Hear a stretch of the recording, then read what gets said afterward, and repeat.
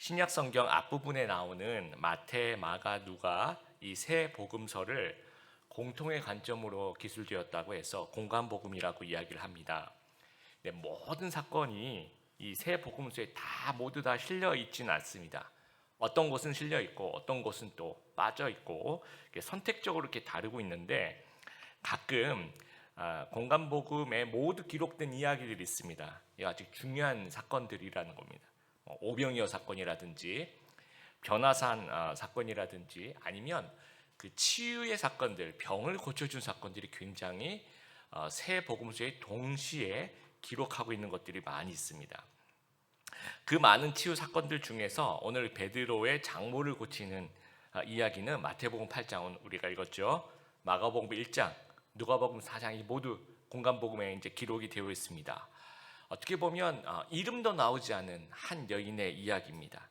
그런데 왜 모든 공관복음에 등장할 정도로 중요하게 다루고 있는가? 얼만큼 중요한 사건이길래 이렇게 모든 복음서에서 다루고 있는지 좀 같이 한번 살펴보았으면 좋겠습니다.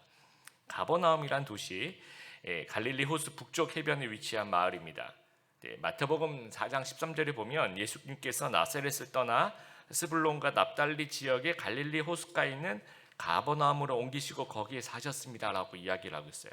그러니까 예수님의 제2의 고향이라고 이야기할 수 있습니다. 예수님 베들레헴에서 탄생을 하셨고 나사렛에서 자라나셨고 사역의 본부는 가버나움이라고 얘기할 수 있어요.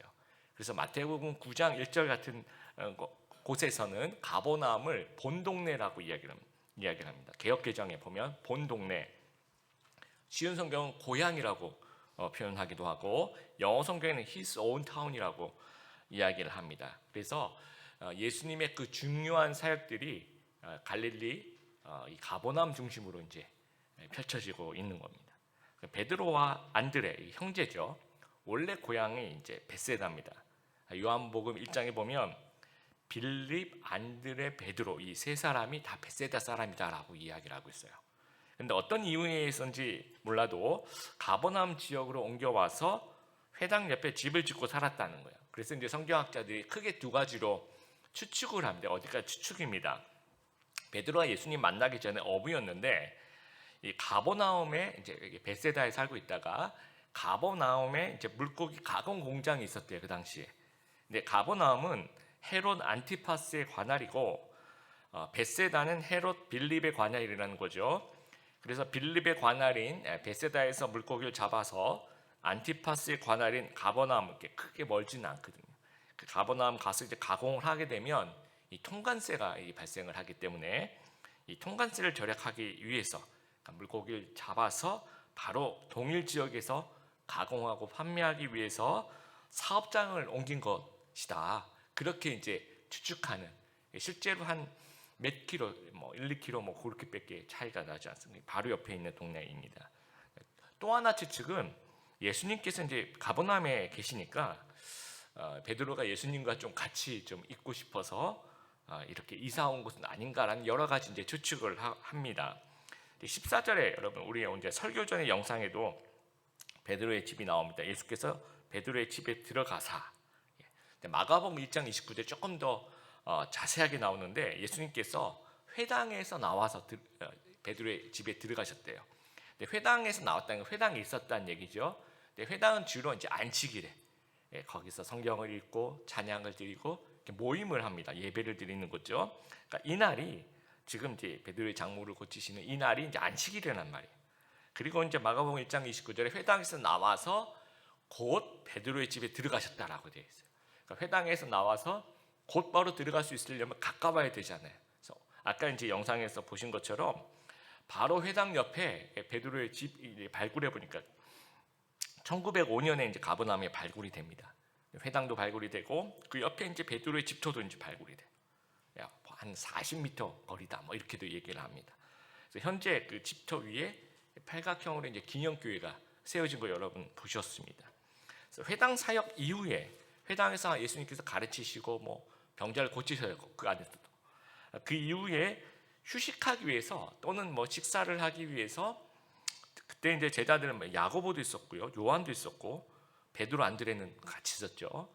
그래서 이들이 이제 우리 바로 옆이니까 예수님 우리 집으로 가요. 가서 좀 쉬고 좀 같이 시간을 좀 보냅시다 하면서 그냥 자연스럽게 제자들과 함께 그 베드로의 집으로 들어가셨다라는 거예요.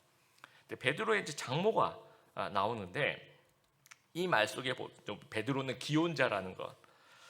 예수님의 제자들 중에서 기혼자들은 없었던 것 같아요. 근데 베드로만 유일하게 기혼자입니다. 그래서 이제 나이가 아마 이 제자들보다도 다른 제자들에 비해서 조금 더 나이가 많았을 거라고 이제 생각을 하는 거예요. 반장 정도. 그래서 수제자라고 얘기도 하기도 합니다. 근데 배와 그물을 버려두고 예수님을 쫓아갔다고 했는데 이 말 자체가 뭐 가족과 의절을 했다는 그런 의미는 아니에요. 가족을 버려야 한다는 그런 의미가 아니라 제자들 우선순위를 얘기하는 거죠. 제일 우선순위는 예수님 따라가는 거고, 그리고 난 다음에 그 외의 사역들이 이제 가족들을 돌보는 겁니다. 열병이 났다. 이제 열이 나는 병이다. 오늘 이제 열이 나면 그 증상이 이제 병명이라고 얘기하기 힘들죠. 근데 옛날에는 그 원인도 모르고 병명도 없으니까 열병이라고 이야기를 합니다. 그래 누가복음에도 이 사건이 기록되고 있는데 누가복음을 쓴 누가는 의사잖아요. 의사는 뭐라고 써 있냐면 중한 열병이다라고. 그러니까 이게 도대체 뭔지를 모르는데 아주 중한 열병이라고 이야기를 합니다. 그래서 오늘날 성경학자들은 말라리아라든지 아니면 장티푸스가 아니었을까라고 생각을 합니다. 15절에 그의 손을 만지시니 열병이 떠나가고 여인이 일어나 예수께 수종들더라. 예수님께서 그 여인의 손을 만지셨대요. 유대인의 생활 방식과 그 랍비들의 그 강령 책이 있습니다. 그 할라카라는 이름의 책인데 그 책에 보면 뭐 유대인들은 이렇게 생활해라 뭐 이런 얘기들이 있어요.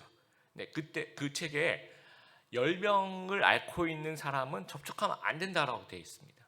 그런데도 예수님께서는 일부러 손을 만지셔서 그 여인을 회복시켜 주시는 거예요. 유대인의 그 여성에 대한 시각, 유대인 남자들은 아침마다 3가지 감사 기도를 드렸다고 합니다. 첫째는 내가 이방인이 아니어서 하나님께 감사드리고, 둘째는 내가 노예가 아니어서 감사드리고, 셋째는 내가 여자가 아니라서 하나님께 감사드리고, 이런 기도를 대놓고 했다라고 해요.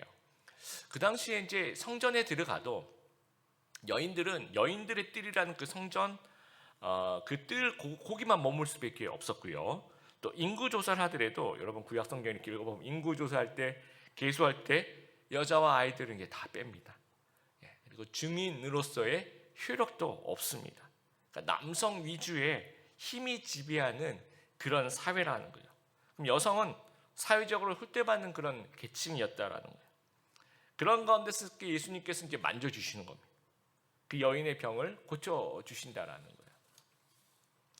16절 보시면 저물매 사람들이 귀신 들린 자를 많이 데리고 예수께 오거늘 예수께서 말씀으로 귀신을 쫓아내시고 병든 자들 다 고치시니, 저물매라고 돼 있죠. 저녁이 되면.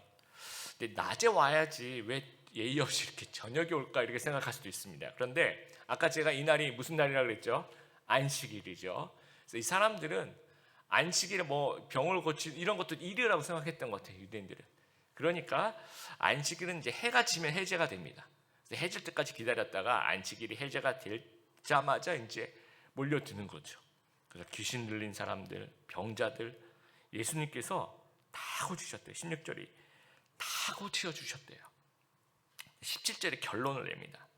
자, 17절 이는 선지자 이사야를 통하여 하신 말씀에 우리의 연약한 것을 친히 담당하시고 병을 짊어지셨도다 함을 이루려 하심이더라. 자, 이 결론을 내릴 때 그렇기 때문에 그러니까 14, 15, 16절 보면서 그렇기 때문에 17절에 예수님은 이런 분이야 그 얘기를 하는 겁니다. 베드로의 장모를 고치시고 귀신 들린 사람들을 고치시고 병자들을 고치시고 그런 거 보니까 예수님은 긍휼이 풍성한 분이야, 참 인자하신 분이야, 이렇게 예수님의 그 성품으로 결론을 내릴 것 같은데 그렇게 결론을 내리지 않고 있어요.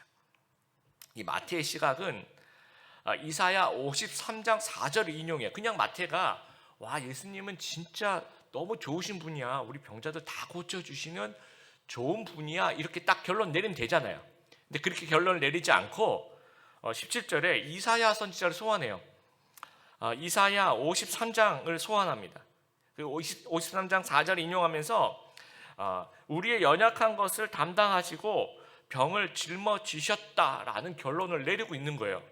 근데 이 우리의 연약한 것을 친히 담당하시고 병을 짊어지셨다의 주어가 여기는 안 나오죠. 누가 우리의 연약한 것을 담당하시고 병을 짊어지셨습니까? 이사야 53장의 말씀을 인용한 거니까 이사야 53장에 가면 그 주어가 나와요. 그 이사야 53장은 어떤 책이냐면 이 메시아에 대한 예언입니다.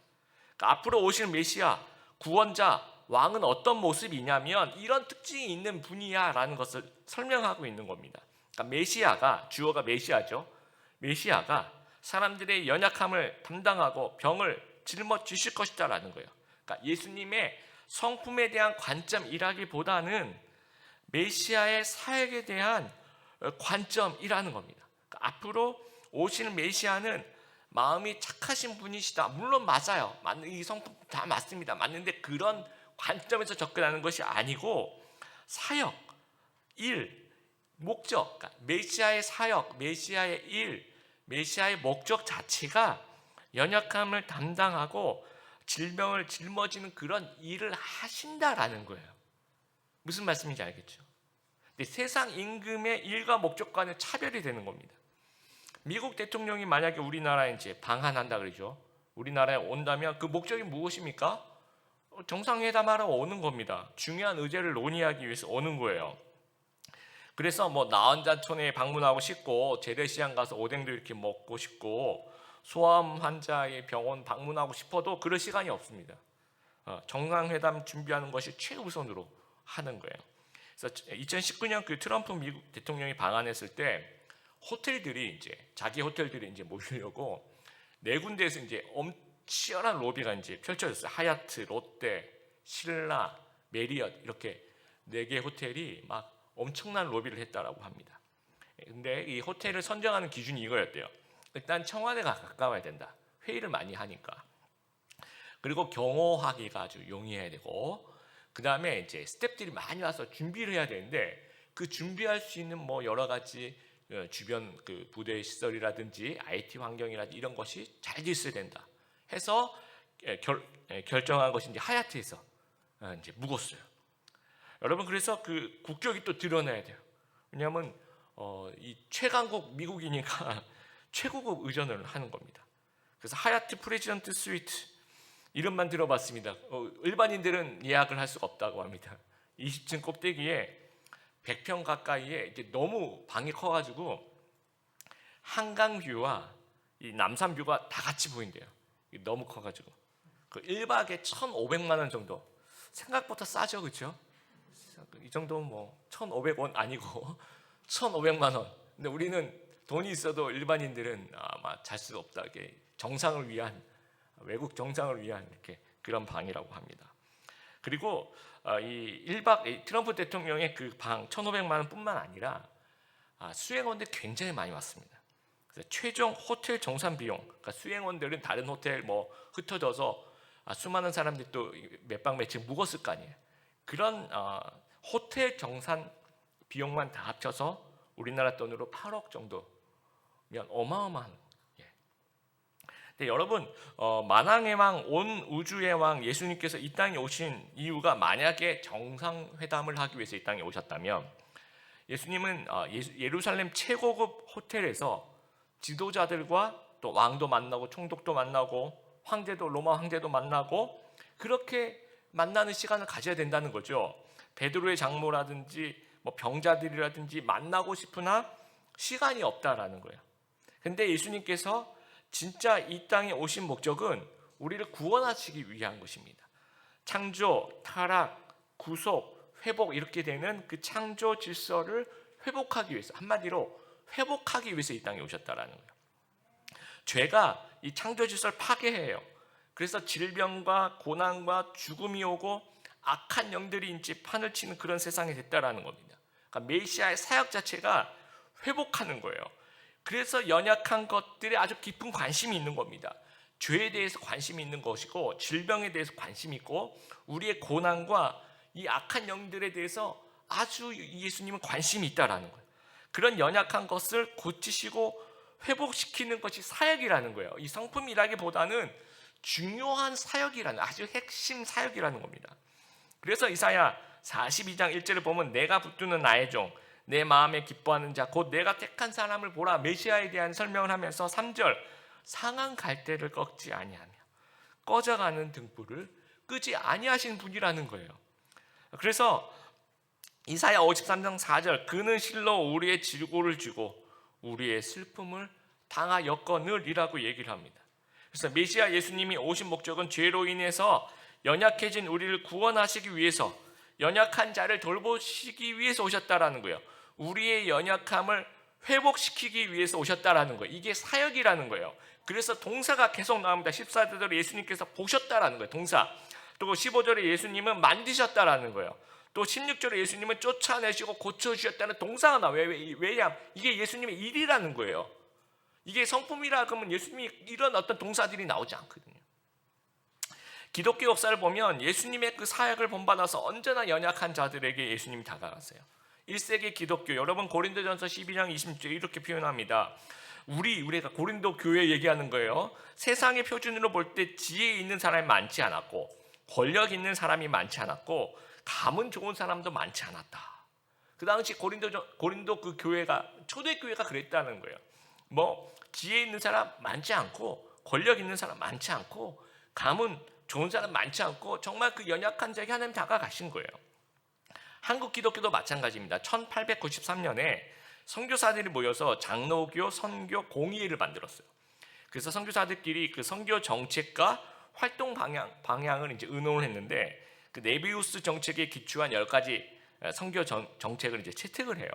그 중에 그 10가지 중에 제1항 중심 사상인데 뭐라고 얘기하냐면 상류층보다 하류층을 1차적인 전도의 대상으로 삼는다. 이것이 제1항입니다. 그래서 순 한글 성경을 번역해요. 천주교는 이제 한문 성경도 번역을 하거든요. 근데 개신교는 오자마자 순 한글 성경 누구나 다 읽을 수 있도록. 그래서 여러분 그 정신이에요. 우리가 성경을 읽을 때 이게 무슨 말인지 내가 모르면 내가 스스로 그러면 이거는 내 성경이 아닌 거예요. 그러니까 여러분이 읽을 때 이해가 되는 그 성경 번역이 진짜 한글 성경이라는 겁니다. 그리고 병원을 세워요. 병원은 주로 의료 혜택에서 소외된 그런 사람들, 이 병원에 무료로 이제 치료를 해주는 거예요. 또 학교를 세웁니다. 오늘날 그 미션 스쿨들은 오늘날 굉장히 좋은 학교들이지만 그 당시에는 배움에서 소외된 사람들, 그 양반들은 그런 데 가면 막 뭐라 그랬어요. 그 정도로. 1800년대 후반에 조선시대에 이제 백정, 박성춘이라는 사람이 있었습니다.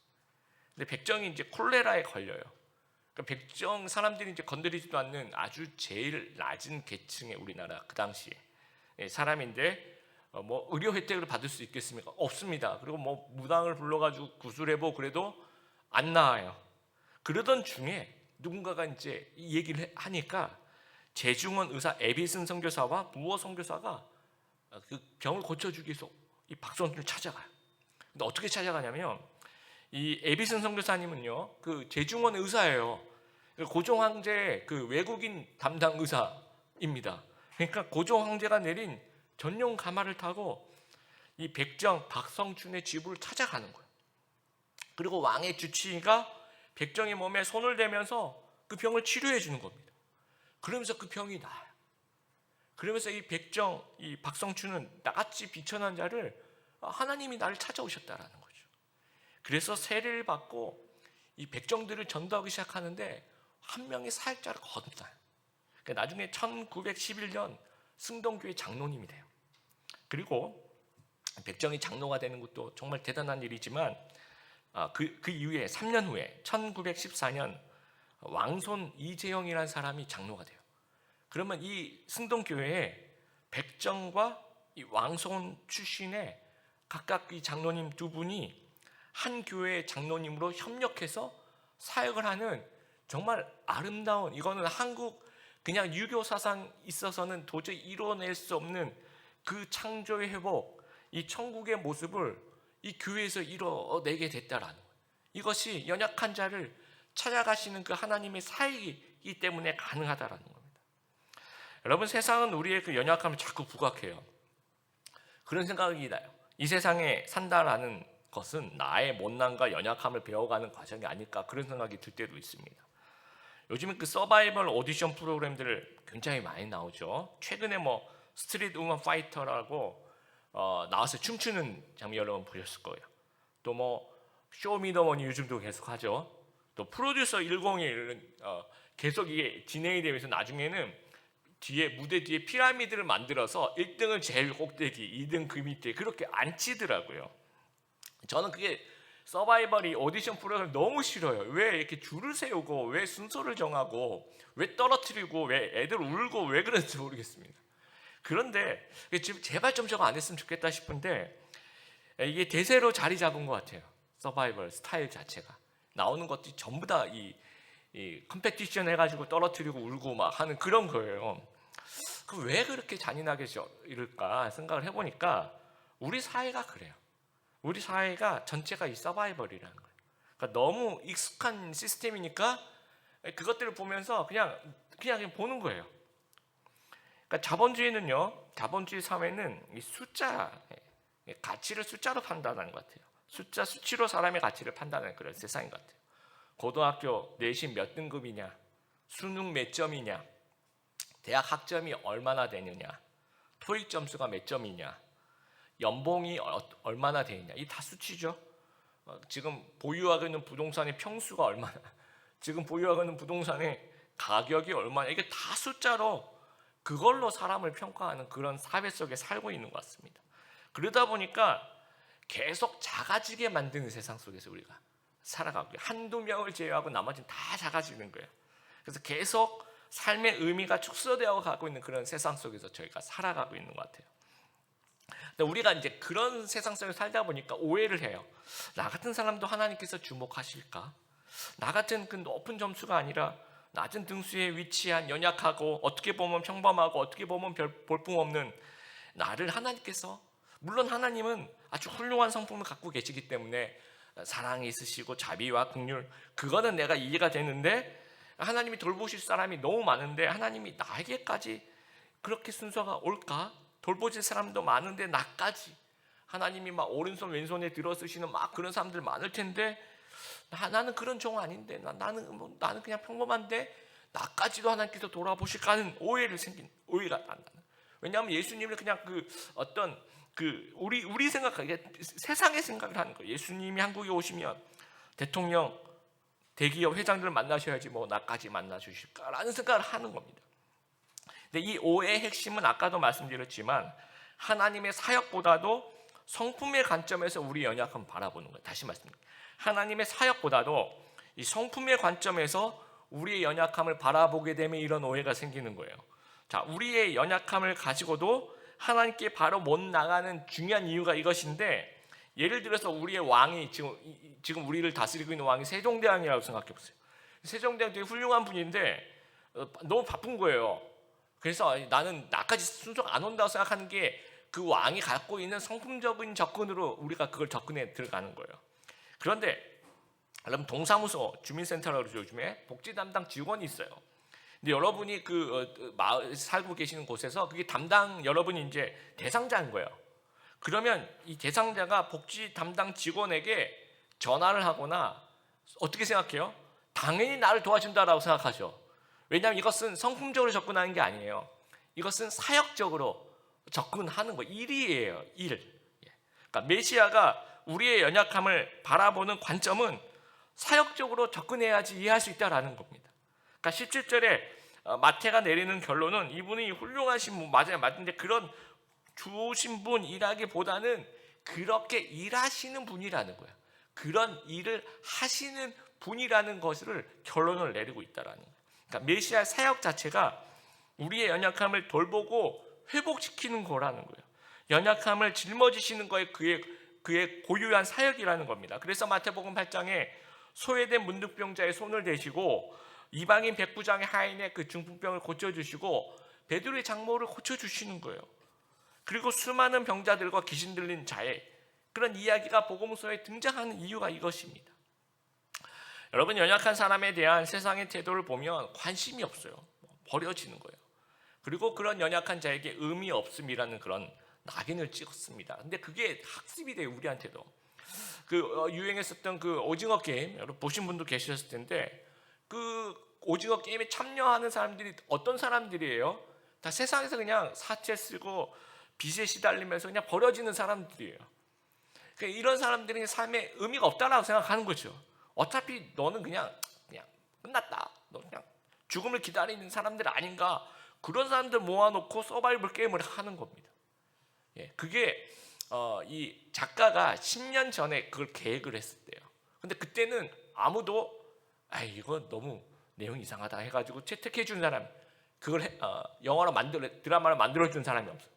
근데 지금은 그 10년 동안에 이제 우리가 이런 것에 너무 익숙해져 있는 거예요. 뭔가 연약하면 그게 의미가 없다라고 생각해 버린다는 거죠. 그러니까 의미가 없다, 요즘 그런 말 많이 하죠. 그 의미를 찾는 과정, 이게 이제 주관식이라는 데 문제가 있네요. 굉장히, 그러니까 우리가 이거 의미 없어라고 얘기하는 그 말 자체가 굉장히 저는 좀 조심해야 될 말이 아닌가. 굉장히 좀 위험한 발상이라고 생각합니다. 왜냐하면 우리가 약하면 삶에 의미가 없다라고 생각하는 거거든요. 근데 그것은 죄악된 세상에 찍어놓은 낙인이에요. 사실이 아닌 겁니다. 그래서 세상이 판단하는 거예요. 이거 이제는 의미가 없어라고 판단을 하더라도 이건 잘못된 판단이에요. 그러니까 삶의 의미는 내가 아니라, 세상이 아니라 예수님께서 판단하시는 겁니다. 따라하겠습니다. 삶의 의미는 예수님께서 평가하시는 것이다. 예수님이 의미가 있다고 평가하시는 거예요. 예수님이 이 베드로의 장모의 손을 만져주시는 겁니다. 그렇게 회복시켜 주신다라는 거예요. 그러니까 우리가 생각할 때는 하나님은 내가 잘 나갈 때 엄청 복을 많이 주시고 도와주시고 막 되는 놈 밀어줘야 돼 하면서 막 우리한테 막 투자해 주시고 그럴 것 같아요. 그러니까 우리가 막 힘들면 하나님이 네가 잘못한 거야, 너 좀 반성해야 돼 하면서 안 만나 주시고 응답이 없을 것 같은 그런 오해가 생기는 거예요. 여러분, 제 인생을 제가 한번 들어봤어요. 말씀을 준비하면서 언제 하나님의 만져주심이 강력했는가. 여러분 한번 여러분의 삶을 돌아보십시오. 제가 제 인생을 돌아보면서 세상적으로 제가 좀 드러날 때도 있어. 막 대형교회 부목사 할 때 막 코스타 강사하고 신학교 강의도 하고 청년사역기 강의하면서 돌아다니고, 그럴 때 만져주심 별로 못 느꼈던 것 같습니다. 어떨 때 제가 제일 약했다고 생각했던 그 개척교회 시작하면서 굉장히 작아지고, 평소에는 수많은 목사님들이 막 전화해서 막 도와달라고 그러고 자료 달라고 그러고 막 그러다가 이제 개척교회 시작하면 아무도 전화가 안 와요. 그런 어떤 그 작아짐과 연약함 속에서 아주 강력한 그 하나님의 만져주심을 느꼈어요. 가장 강력한 회복을 느꼈다라는 겁니다. 그러니까 메시아의 사역 자체가 우리를 회복하심이에요. 그러니까 하나님의 만져주심은 우리가 연약할 때 강력하게 임하신다라는 거예요. 여러분 여러분 삶을 좀 돌아보셔도 마찬가지입니다. 내가 잘 나갈 때 막 그럴 때 하나님의 만져주심이라기보다는 내가 가장 힘들고 어려울 때 그때 가장 강력하게 붙들어 주시는 그 하나님의 그 따뜻한 만져주심이 나에게 있었다라는 거예요. 베드로의 장모의 병이 나았습니다. 회복한 이후에 무엇을 했습니까? 15절에 보니까 낫자마자 수종 들더라. 예수님을 대접했다라고 얘기합니다. 이것은 완전한 회복을 의미해요. 그냥 대충 나은 것이 아니에요. 완전하게 나았다라는 거예요. 그리고 회복 이후에 우리가 있어야 할 곳은 예수님께 수종 드는 자리여야 한다라는 거예요. 베드로의 장모님이 딱 낫고 난 다음에 예수님 몸이 낫고 나니까 제가 그동안 못했던 여행을 잠깐 다녀오겠습니다. 예수님, 제가 옆집 개모임을 했는데 이번에 이제 몸이 아파서 내가 못했는데 개모임을 다시 시작하느라고 나중에 다시 오겠습니다. 예수님, 몸이 좋아지니까 단풍이 눈에 보이기 시작했어요. 제가 다음에 다시 올게요. 이렇게 얘기하지 않았다라는 거죠. 만져주심은 하나님의 일이고 수종 드는 것은 우리의 일이라는 거예요. 하나님은 하나님의 일을 하시는 거고 우리는 우리의 일을 해야 되는 거예요. 우리가 예수님의 만져주심을 경험했다면 우리는 어디로 나아가야 됩니까? 수종 드는 자리로 나아가야 돼요. 예배의 자리로 나아가고 복음을 전하는 자리로 나아가고 섬김의 자리로 나아가는, 더 열심히 하나님께 나아가는 귀한 우리 성도님들 되시길 바랍니다. 내가 연약할 때 하나님 어디 계십니까? 우리의 연약함을 짊어지고 계시고 우리의 질병을 떠맡고 계신다는 사실도 기억하게 되길 바랍니다. 그래서 우리의 연약함을 가지고 하나님께 나아가는 우리들 되길 바랍니다. 하나님, 제가 힘든 거 다 끝나고 여유 생기면 그때 나아가겠습니다. 그게 아닙니다. 지금이 하나님께 나아갈 때, 지금 구원과 회복을 하나님께 갈구하며 나아갈 때라는 사실을 기억하면서 우리가 연약할 때는 그분의 도우심을 경험하는 시간이라는 사실들을 기억하시고 하나님의 살아계심을 확인하는 시간이다라는 것 꼭 기억하면서 하나님께서 주시는 작은 회복들을 경험하며 완전함을 이루어가는 귀한 우리 성도님들 다 되시기를 주님의 이름으로 축복합니다.